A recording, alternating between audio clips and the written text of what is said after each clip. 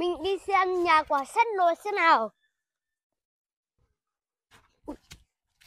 À, thằng này làm việc kiểu này à. Adu, thằng này là ai? Adu, thằng này lại gọi tôi là bạn Adu.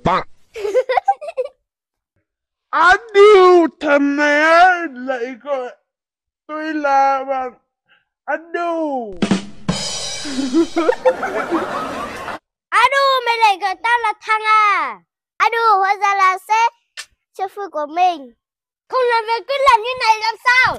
Cứ làm như này, một tí tao trừ lương mày bây giờ. Tại em nhớ vợ em lắm. Thế này mà là không được cái nhà của anh rồi thì trừ lương nhá. Tôi đi xem cái khác. Nhà của thằng Lộc Câu này bận nỗi nhận làm nhanh thế nhỉ? Ui, đập phái.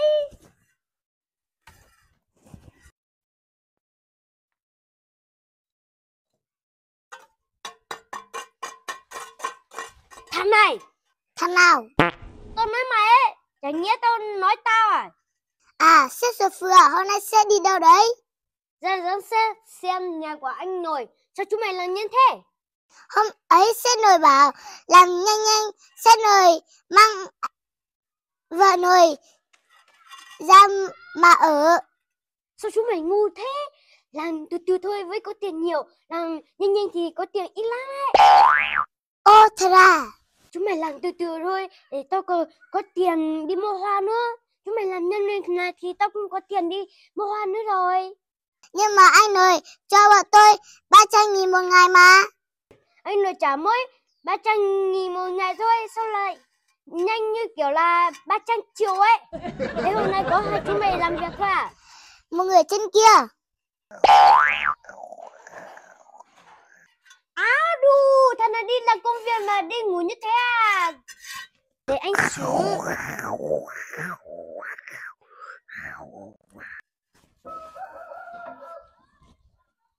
Ui, lúc này luôn béo món tao tu lực. Số lúc nào đó. Ôi, thằng nào đấy?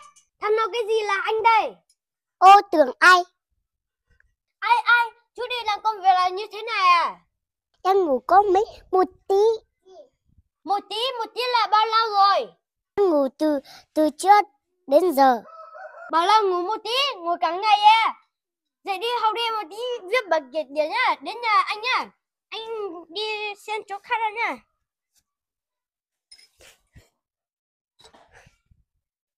Ủa, mình đang xây nhà mà bảo mình đi học à?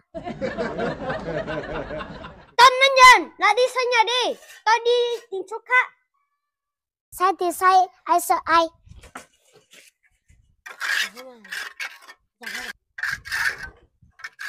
Mình để cái video này mình đi vệ sinh một chút đã, buồn một chút lắm.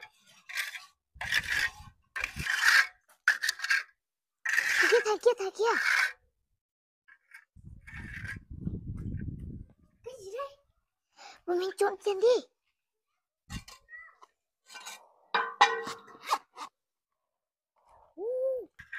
Còn đúng một dây lịt. Tiểu ớt sét này giàu lắm nhưng mà có mỗi cái lịt.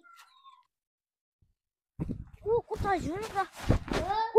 Thầy dưới à? Chúng mình chơi dưới to này. Lên. Sao vậy nó?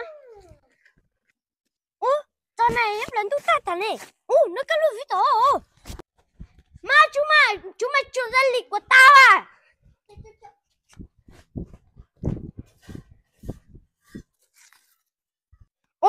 Dây lịt của mình là 39 cái. Thằng kia, mày trộm dây lịt của tao à? Thế thằng này à? Thế là thằng trên này à? Cao thế này, tao xuống kiểu gì? À, thằng biết viết tí này à?